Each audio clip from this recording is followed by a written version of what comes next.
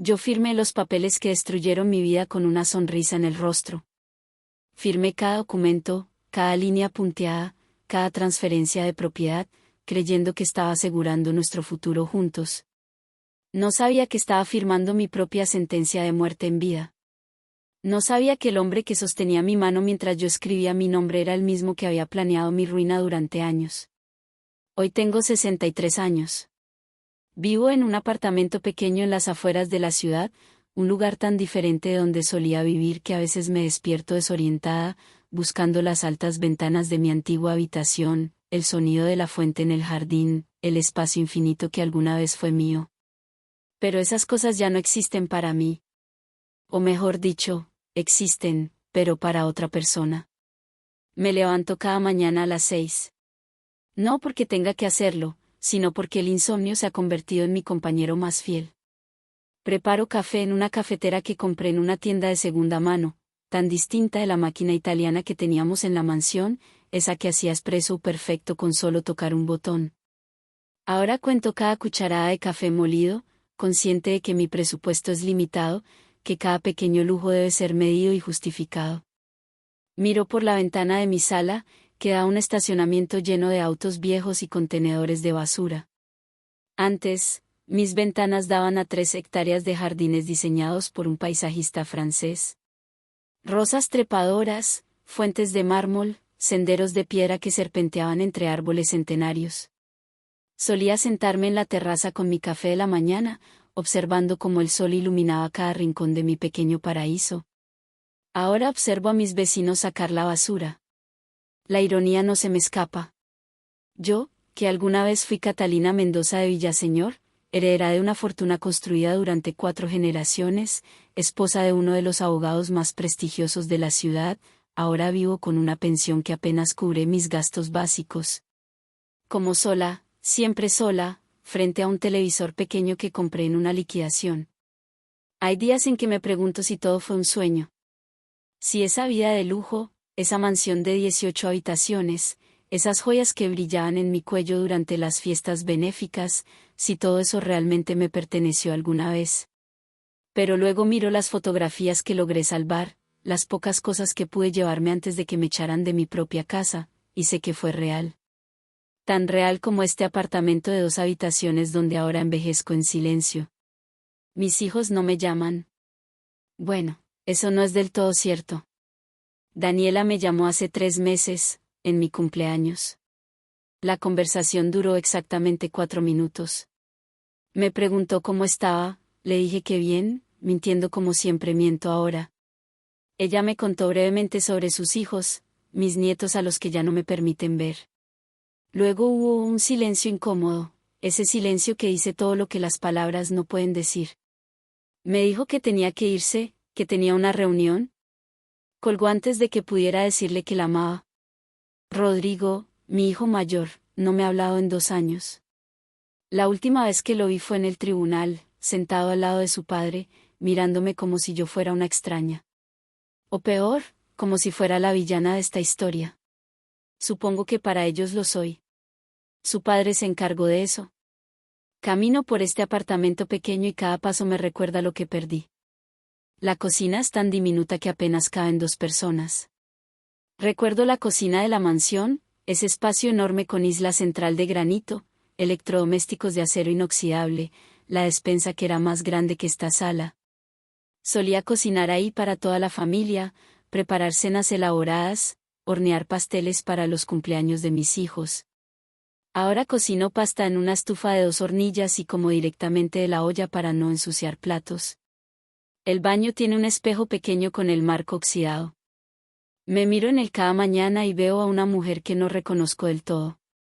Mi cabello, que solía teñir religiosamente cada mes en el salón más exclusivo de la ciudad, ahora muestra hebras grises que ya no me molesto en ocultar. Las arrugas alrededor de mis ojos se han profundizado, no solo por la edad, sino por las lágrimas. Por las noches que pasé llorando hasta quedarme sin lágrimas, y luego llorando en seco porque el dolor no necesita lágrimas para existir. Mis manos, que alguna vez lucieron manicura perfecta y anillos de diamantes, ahora están ásperas, las uñas cortas y sin pintar. Me quité el anillo de matrimonio el día que firmé los papeles de divorcio. Lo vendí 2 meses después, cuando me di cuenta de que necesitaba el dinero para comer.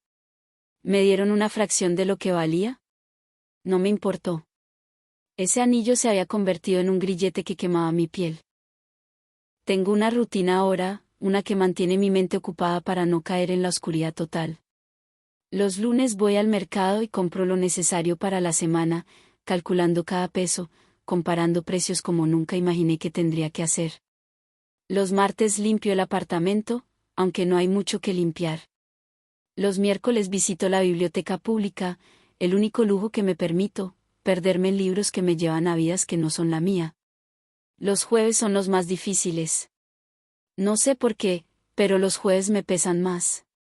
Quizás porque era el día que Eduardo y yo solíamos tener nuestras cenas especiales, solo nosotros dos, sin los niños.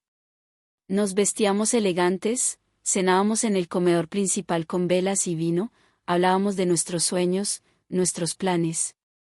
O al menos eso creía yo que hacíamos. Ahora sé que mientras yo soñaba despierta sobre nuestro futuro juntos, él ya estaba planeando cómo quitarme todo. Los viernes intento socializar. Hay un grupo de mujeres en el edificio, todas mayores como yo, todas con sus propias historias de pérdida y supervivencia. Nos reunimos en el apartamento de doña Mercedes, tomamos té barato y compartimos galletas. Ellas no saben quién fui. Para ellas soy solo Catalina, la mujer callada del apartamento 304, la que llegó hace un año con 2 maletas y una mirada de derrota en los ojos. No les he contado mi historia. Todavía no. Quizás algún día lo haga. Quizás algún día pueda hablar de ello sin sentir que me ahogo. Los fines de semana son para sobrevivir. Para luchar contra los recuerdos que llegan en oleadas, especialmente los domingos. Los domingos solían ser sagrados en nuestra familia. Desayunos largos, paseos por el jardín, tardes de juegos de mesa con los niños cuando eran pequeños. Risas. Tanto amor, o al menos eso parecía. Ahora los domingos los paso sola, mirando por la ventana, preguntándome cómo llegué aquí. Cómo pasé de ser la dueña de una mansión valorada en millones a vivir en un apartamento donde puedo escuchar a mis vecinos discutir a través de las paredes delgadas. Pero antes de seguir contándote lo que pasó, lo que cambió todo para siempre, asegúrate de estar suscrito a este canal. Activa la campanita, porque historias como esta necesitan ser escuchadas. Y al final, cuando sepas toda la verdad, cuéntame en los comentarios qué sentiste, si alguna vez has vivido algo similar, o si simplemente necesitas desahogarte. Estoy aquí para escucharte. Ahora sí, déjame llevarte al principio. Déjame mostrarte cómo era mi vida antes de que todo se derrumbara. Porque para entender la profundidad de mi caída, necesitas conocer la altura desde la que caí. Tenía 32 años cuando conocí a Eduardo Villaseñor. Yo era joven, hermosa según me decían, y acababa de heredar la fortuna de mi padre. Papá había muerto 6 meses antes, dejándome como única heredera de su imperio textil. Mamá había fallecido cuando yo tenía 20 años, así que no había nadie más. Solo yo, una mujer joven y asustada, de repente responsable de una fortuna que no sabía cómo manejar. Eduardo apareció en mi vida como un ángel salvador. Era abogado corporativo, especializado en gestión de patrimonios. Me lo presentó el contador de mi padre en una reunión sobre la herencia. Alto, guapo, con esa seguridad tranquila que tienen los hombres que saben exactamente quiénes son y hacia dónde van. Tenía 40 años entonces, 8 años mayor que yo, y esa diferencia de edad me hacía sentir protegida. Hablaba con una voz profunda y calmada, explicándome términos legales que yo no entendía, simplificando lo complejo, haciéndome sentir que todo estaría bien mientras él estuviera ahí. Y yo, Dios mío, yo necesitaba tanto que alguien me dijera que todo estaría bien. Comenzamos a vernos para discutir asuntos de la herencia. Reuniones en su oficina que se convertían en almuerzos. Almuerzos que se extendían hasta la tarde. Conversaciones que dejaban de ser solo sobre negocios y comenzaban a ser sobre nosotros. Sobre nuestros sueños, nuestros miedos, nuestras vidas. Me enamoré de él en 3 meses. O al menos eso creí. Ahora, mirando atrás con la claridad cruel que da el tiempo, me pregunto si realmente fue amor o simplemente necesidad. Necesidad de no estar sola. Necesidad de tener a alguien que tomara decisiones por mí. Necesidad de sentir que alguien me protegería del mundo aterrador de responsabilidades que había heredado junto con el dinero. Eduardo me cortejó como en las películas antiguas. Flores cada semana, cenas en los mejores restaurantes, paseos por el malecón al atardecer. Me recitaba poesía, me llevaba al teatro, me hacía sentir como la mujer más especial del mundo. Y yo, hambrienta de afecto después de perder a mis padres, absorbía cada atención como una esponja. Nos casamos 6 meses después de conocernos. Una boda espectacular en la catedral, con 300 invitados, un vestido que costó más que un auto, una recepción en el club más exclusivo de la ciudad. Recuerdo ese día como si fuera ayer. El peso del vestido, el olor de las flores, la forma en que Eduardo me miraba cuando dije sí acepto. Sus ojos brillaban, y yo pensé que era de amor. Ahora sé que era de triunfo. Nos mudamos a la mansión que había pertenecido a mi familia durante generaciones. Esa casa era mi herencia más preciada, no por su valor monetario, aunque era inmensa, sino por los recuerdos. Cada habitación contenía pedazos de mi infancia, ecos de la risa de mi madre, el aroma del cigarro de mi padre en su estudio. Era mi ancla al pasado, mi conexión con las personas que había amado y perdido. Eduardo adoraba esa casa.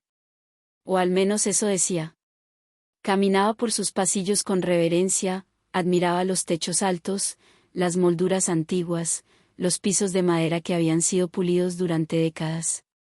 Pasábamos horas planeando renovaciones, discutiendo qué habitaciones remodelar, qué muebles comprar. Él tenía opiniones sobre todo, y yo, tan enamorada y tan agradecida de tenerlo, asentía a cada sugerencia. Daniela nació 1 año después de nuestra boda. Fue un embarazo difícil, 9 meses de náuseas y complicaciones, pero cuando la tuve en mis brazos por primera vez, todo valió la pena. Era perfecta. Pequeña, rosada, con los ojos de mi madre. Lloré de felicidad ese día, sosteniendo a mi bebé, con Eduardo a mi lado tomando mi mano. Mira cómo te amo, le dije. Mira lo que hemos creado juntos. Él me besó la frente y susurró, eres una madre maravillosa. Rodrigo llegó 2 años después.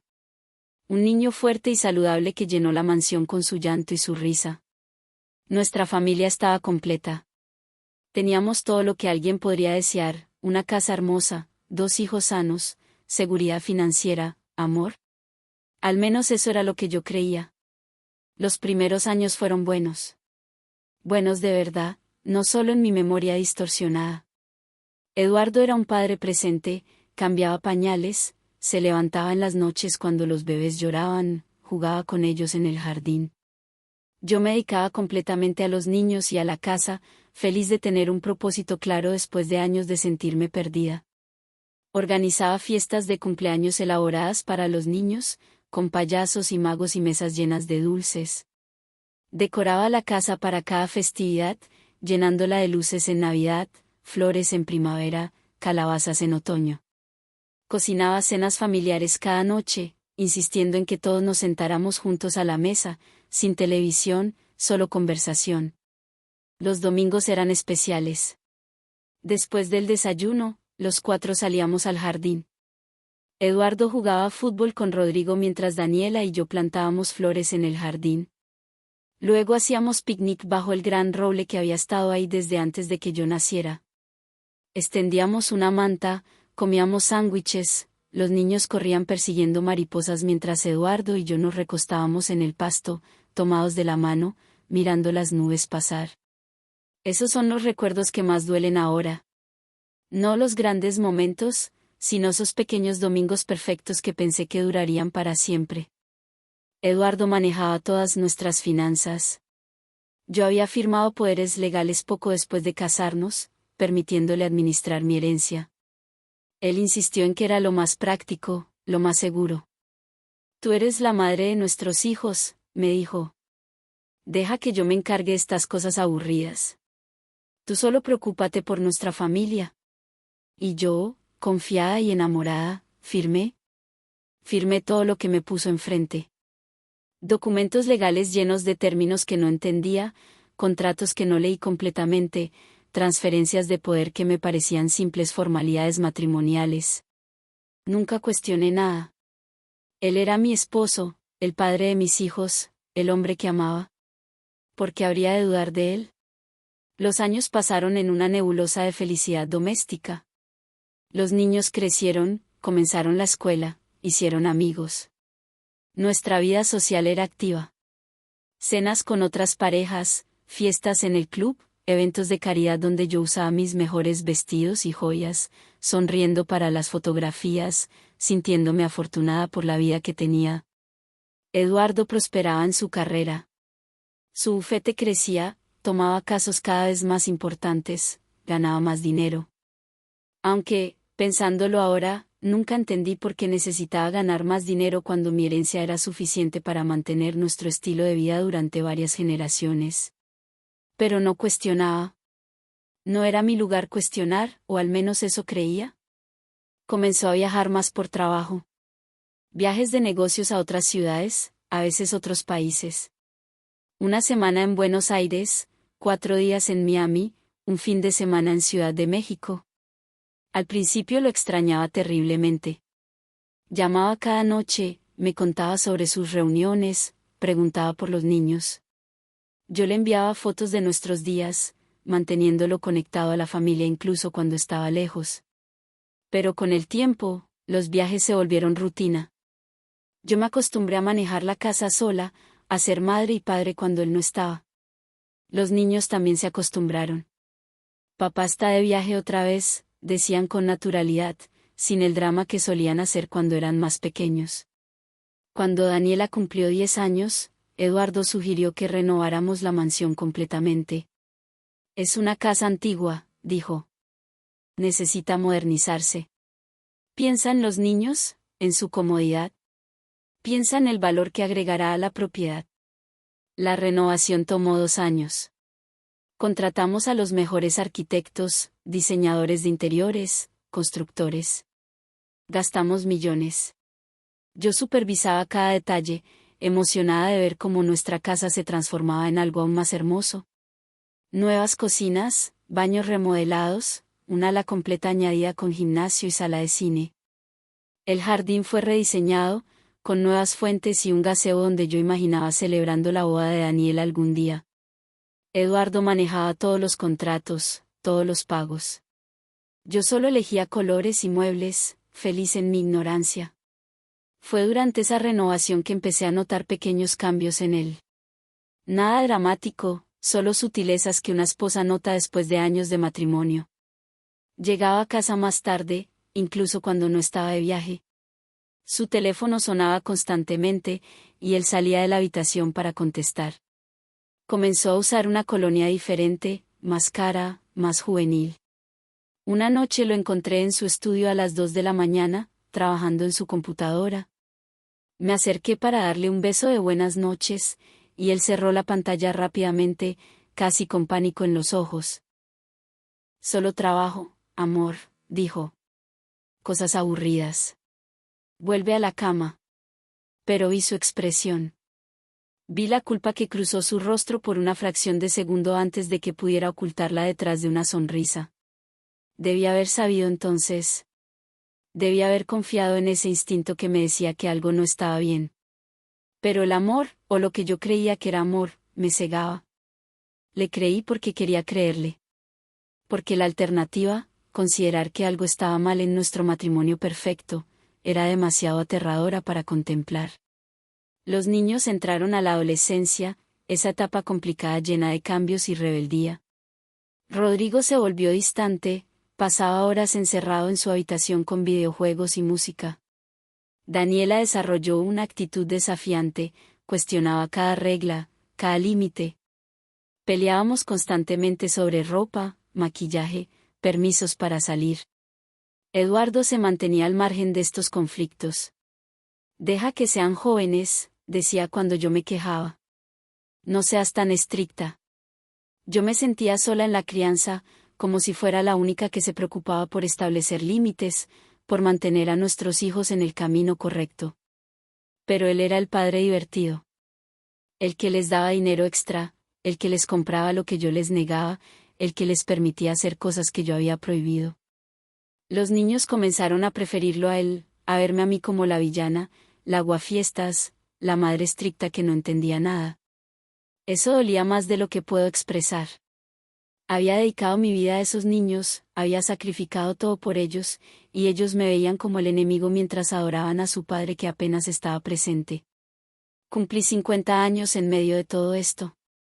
Eduardo organizó una fiesta sorpresa, invitó a todos nuestros amigos, contrató una banda, llenó la casa de flores. Fue una celebración hermosa, y yo sonreí toda la noche, agradecida y feliz.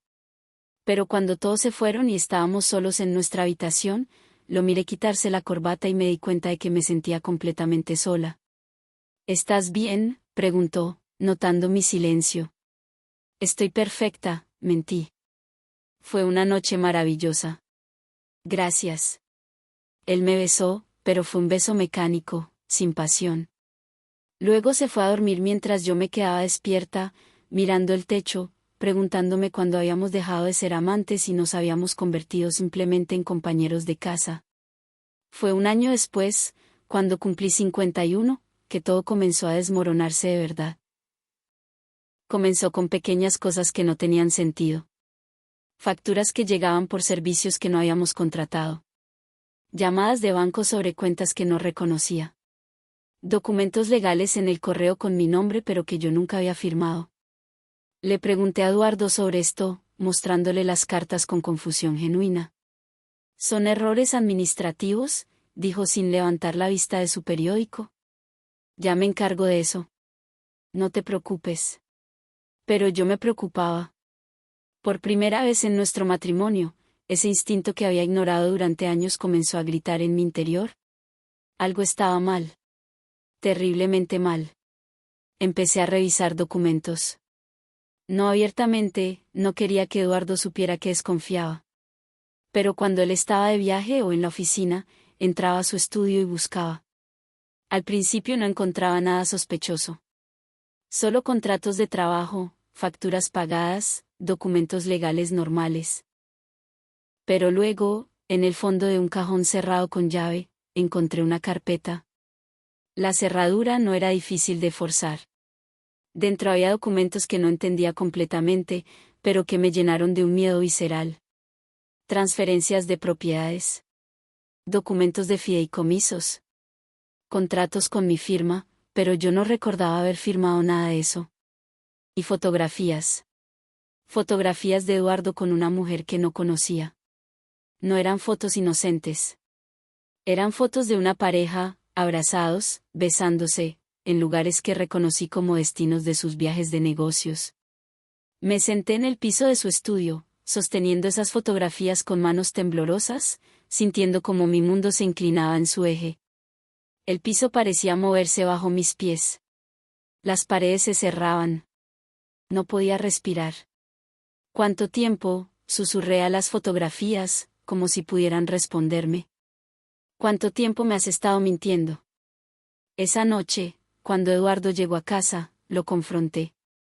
Puse las fotografías sobre la mesa del comedor, junto con los documentos que había encontrado.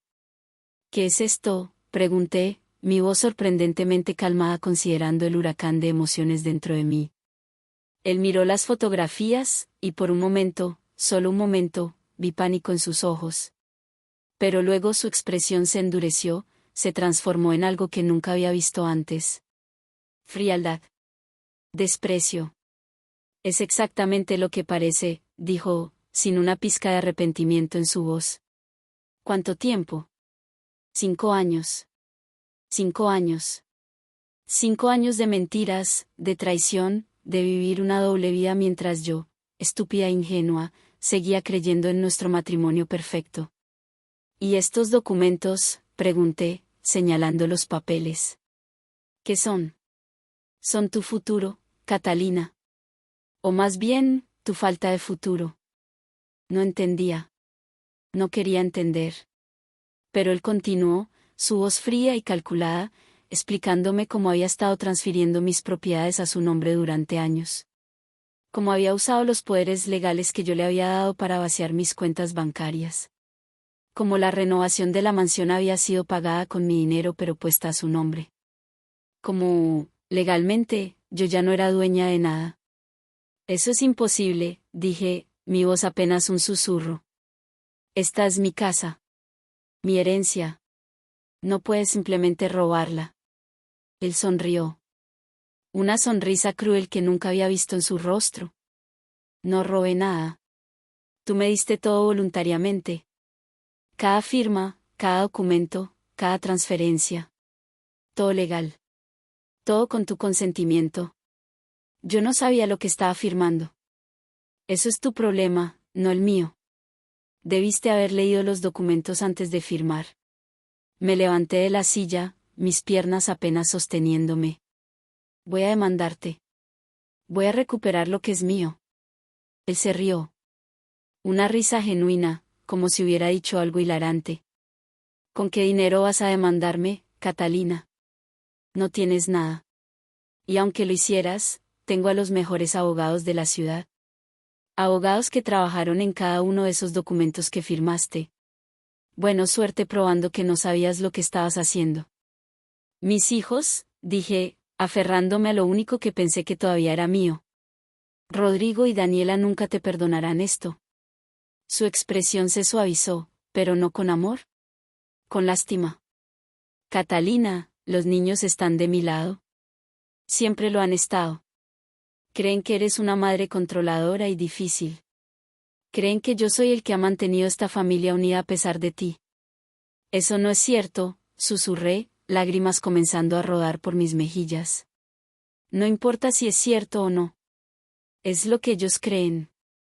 Y cuando se enteren del divorcio, cuando les cuente mi versión de la historia, me creerán a mí, no a ti. Esa noche dormí, o más bien no dormí, en la habitación de invitados. Me quedé despierta hasta el amanecer, mirando el techo, tratando de procesar la magnitud de lo que acababa de descubrir. Mi esposo de 20 años, el padre de mis hijos, el hombre en quien había confiado con todo, me había estado robando sistemáticamente durante años. Y yo, ciega y estúpida, había facilitado cada paso de su plan. A la mañana siguiente, traté de hablar con Daniela. Ella tenía 19 años entonces, estudiando en la universidad pero todavía viviendo en casa. La encontré en la cocina, tomando café antes de irse a clases. Necesito hablar contigo sobre tu padre, comencé. Ella levantó la vista de su teléfono, irritada por la interrupción. ¿Qué pasa ahora, mamá? Tu padre y yo, él ha estado, traté de encontrar las palabras correctas.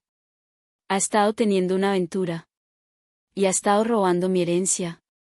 Daniela me miró como si hubiera perdido la cabeza. Mamá, por favor. Papá no haría eso. Tengo pruebas. Fotografías, documentos. Ella se levantó, tomando su mochila. No tengo tiempo para tus dramas. Siempre estás tratando de causar problemas. Papá tenía razón sobre ti. ¿Qué quieres decir con eso? Dijo que te has vuelto paranoica. Que estás celosa porque él es exitoso y tú solo eres ama de casa. Dijo que probablemente inventarías cosas para llamar la atención. Esas palabras me golpearon como puñetazos físicos. Eduardo había estado preparando el terreno, envenenando a nuestros hijos contra mí antes de que yo siquiera supiera lo que estaba pasando. Daniela se fue sin decir adiós. Traté de hablar con Rodrigo esa tarde, pero fue peor. Él ni siquiera me dejó terminar de explicar antes de interrumpirme. Mamá, para. Papá ya nos contó todo.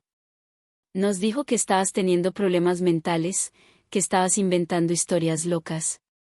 Nos mostró mensajes de tu psicólogo hablando sobre tu paranoia. Yo no tengo psicólogo, dije, confundida. Exacto. Eso es parte del problema.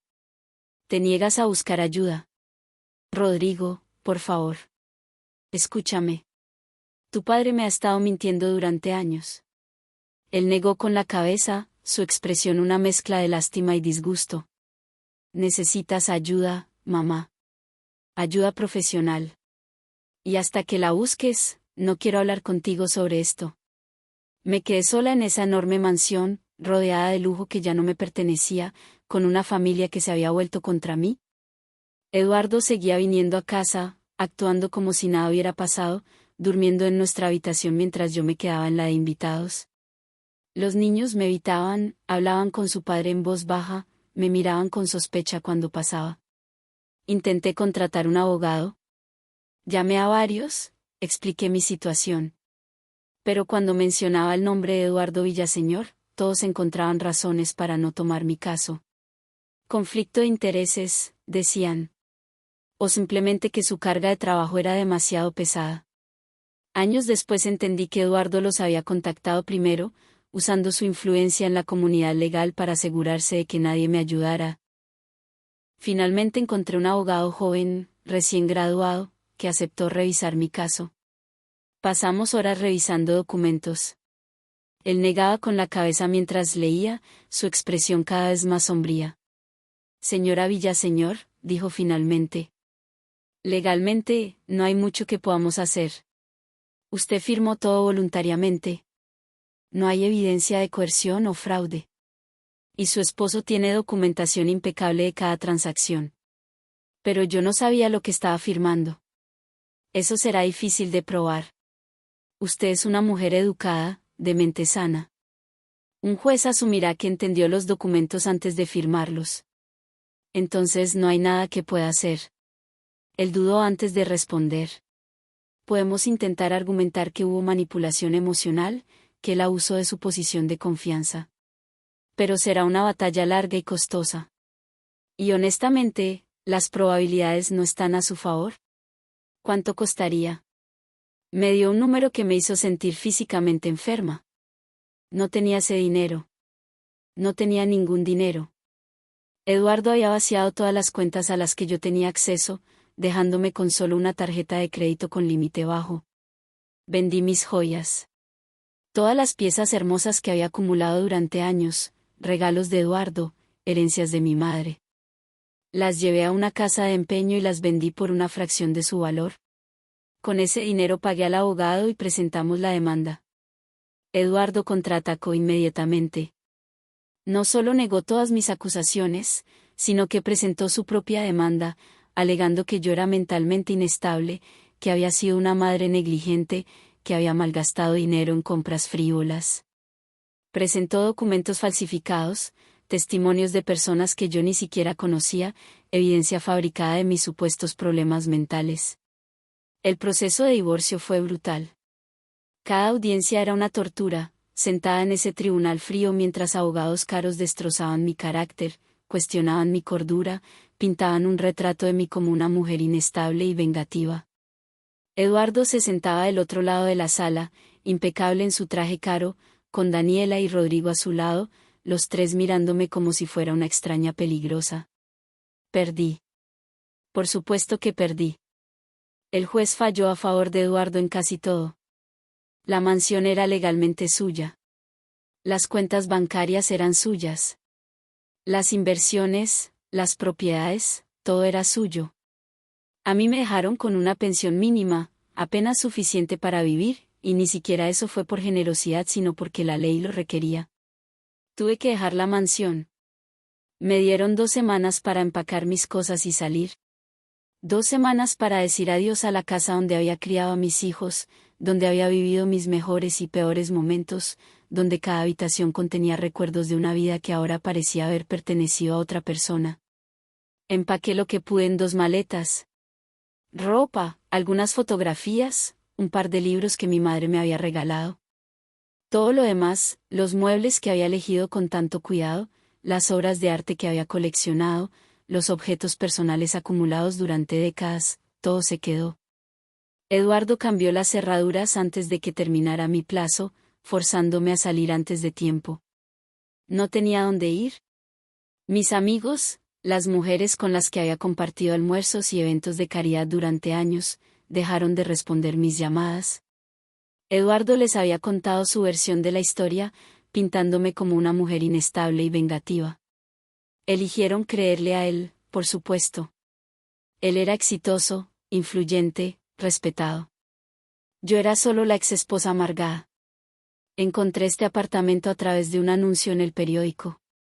Es pequeño, viejo, en un barrio que nunca había visitado antes. Pero era lo que podía pagar con mi pensión limitada. Me mudé un martes lluvioso, cargando mis 2 maletas por las escaleras porque el edificio no tiene elevador. La primera noche en este lugar lloré hasta quedarme sin lágrimas.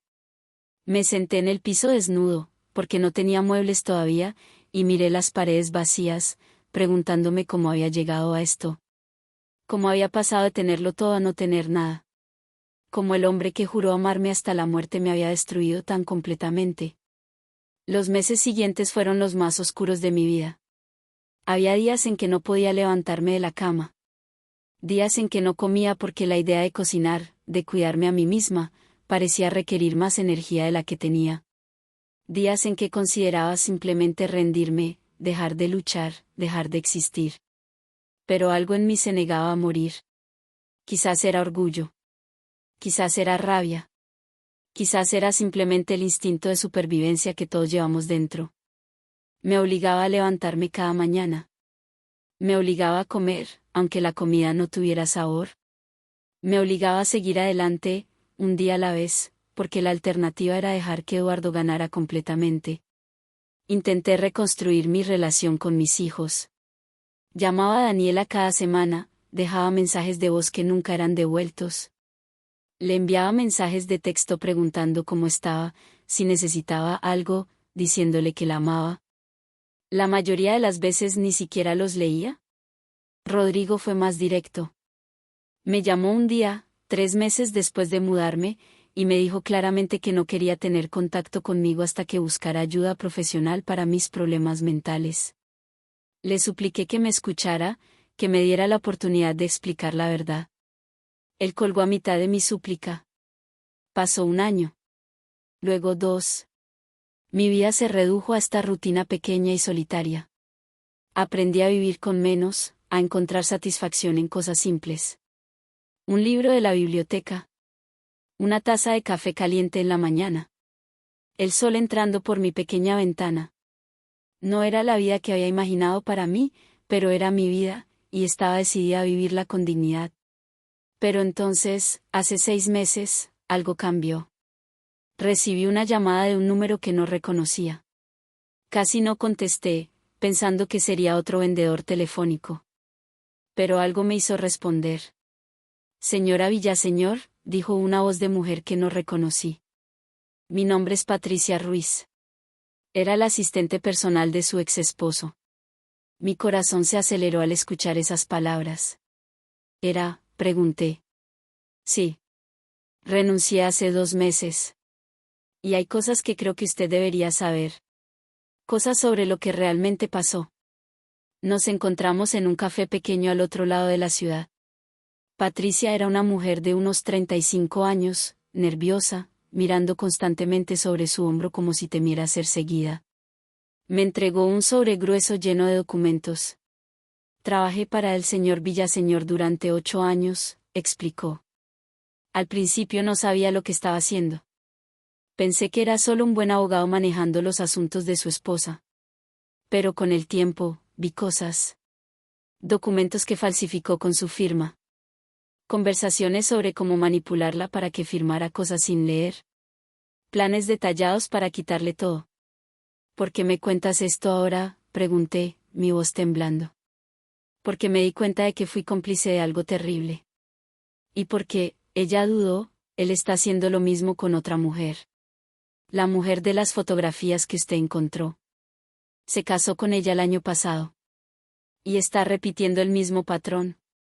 Abrí el sobre con manos temblorosas. Dentro había copias de documentos, correos electrónicos, grabaciones de conversaciones. Evidencia clara e irrefutable de que Eduardo había planeado todo desde el principio. Que me había elegido específicamente porque era vulnerable y rica. Que cada momento de nuestro matrimonio había sido una actuación calculada. Había más. Patricia había incluido evidencia de que Eduardo había sobornado a testigos durante el divorcio, que había falsificado documentos psiquiátricos para hacerme parecer mentalmente inestable, que había pagado a algunos de mis amigos para que testificaran en su contra. Y lo más devastador de todo, había correos electrónicos entre Eduardo y nuestros hijos. Correos donde él sistemáticamente los manipulaba contra mí, plantando dudas sobre mi estabilidad mental, inventando historias sobre mi comportamiento, convenciéndolos de que yo era peligrosa y él era la víctima. Daniela y Rodrigo no habían elegido creerle por su cuenta. Él los había manipulado tan cuidadosamente como me había manipulado a mí. Esto es suficiente para reabrir el caso, dijo Patricia. Para demostrar fraude, manipulación, todo. Usted podría recuperar lo que es suyo. Me quedé mirando esos documentos, sintiendo una mezcla de validación y horror. Validación porque finalmente tenía prueba de que no estaba loca, de que todo lo que había sospechado era cierto. Horror porque la profundidad de la traición de Eduardo era aún peor de lo que había imaginado. Contraté un nuevo abogado con el poco dinero que me quedaba. Esta vez, con la evidencia de Patricia, tomaron mi caso en serio. Presentamos una moción para reabrir el caso de divorcio, alegando fraude y manipulación. El proceso está en curso ahora, lento y doloroso, pero por primera vez en años, tengo esperanza. Pero aquí está la parte que nadie me dice cómo manejar, incluso si gano, incluso si recupero mi casa y mi dinero, he perdido 20 años de mi vida. He perdido la relación con mis hijos. He perdido la capacidad de confiar en alguien completamente. He perdido la versión de mí misma que era antes de todo esto. El dinero puede ser devuelto. Las propiedades pueden ser transferidas de regreso a mi nombre. Pero ¿cómo recupero los años que pasé creyendo en un amor que nunca existió? ¿Cómo recupero la confianza que di tan libremente? ¿Cómo recupero a la mujer que era antes de que Eduardo Villaseñor entrara en mi vida y la destruyera metódicamente? Hace 2 semanas, armada con la evidencia de Patricia, fui a ver a Daniela. Ella vive ahora en un apartamento lujoso que, por supuesto, su padre le compró. Me abrió la puerta con expresión de sorpresa y molestia. Mamá, ¿qué haces aquí? Necesito que veas algo, dije, sosteniendo el sobre de documentos. Ella dudó, pero finalmente me dejó entrar. Nos sentamos en su sala elegante, y le mostré todo. Los correos electrónicos donde su padre la manipulaba. Los documentos falsificados. La evidencia de su plan calculado. La vi leer, su expresión cambiando de escepticismo a confusión a horror. Cuando terminó, había lágrimas en sus ojos. Esto no puede ser real, susurró. Es real. Todo es real. Tu padre me destruyó sistemáticamente, y te usó a ti y a tu hermano como armas contra mí. Pero él siempre fue tan amoroso con nosotros.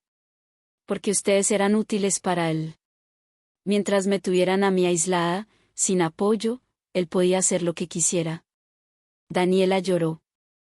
Lloró por la madre que había rechazado, por los años perdidos, por la verdad que había estado ciega ante ella. Me abrazó, y por primera vez en años, sostuve a mi hija en mis brazos. Lo siento tanto, mamá, sollozó. Lo siento mucho. Yo también lloré, pero no solo de tristeza. También de alivio. Mi hija me creía. Finalmente, después de tanto tiempo, alguien de mi familia me creía. Rodrigo fue más difícil de convencer. Cuando Daniela le mostró la evidencia, él se negó a creerla al principio. Dijo que los documentos podrían ser falsificados, que Patricia podría estar mintiendo, que había una explicación lógica para todo. Pero Daniela insistió, y eventualmente él aceptó reunirse conmigo. Nos encontramos en un parque, un lugar neutral. Le mostré todo, respondí cada pregunta, dejé que viera la verdad con sus propios ojos. Vi el momento exacto en que su mundo se derrumbó, igual que el mío se había derrumbado años antes. ¿Cómo pude ser tan estúpido?, dijo, su voz quebrándose. ¿Cómo no lo vi? Porque él es muy bueno en lo que hace, respondí. Y porque tú eras un niño. No es tu culpa. Pero te traté tan mal. Te dije cosas horribles. Te abandoné cuando más me necesitabas. Lo sé. Y me dolió más de lo que puedo expresar. Pero no eras tú hablando, era él a través de ti.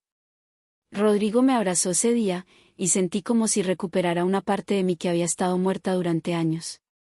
¿Mi hijo? Mi bebé que había crecido en un hombre.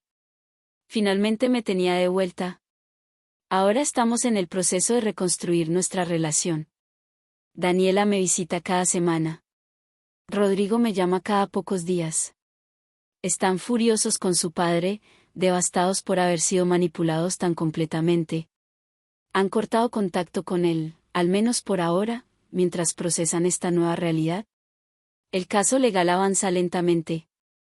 Mi abogado es optimista, dice que con la evidencia que tenemos, hay una buena probabilidad de que recupere al menos parte de lo que perdí. Pero me advierte que Eduardo no se rendirá fácilmente, que peleará con cada recurso que tiene.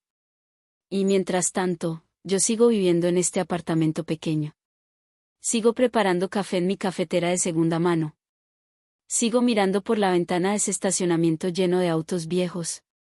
Porque incluso si gano, incluso si recupero todo, algo en mí ha cambiado permanentemente. He aprendido que el amor verdadero no siempre salva, pero sí enseña a resistir. Que el perdón no significa olvidar, sino soltar el veneno que nos mata por dentro. Que la traición duele más cuando viene de quien juramos proteger. Y que a veces, la única forma de encontrar paz es aceptar que algunas preguntas nunca tendrán respuesta.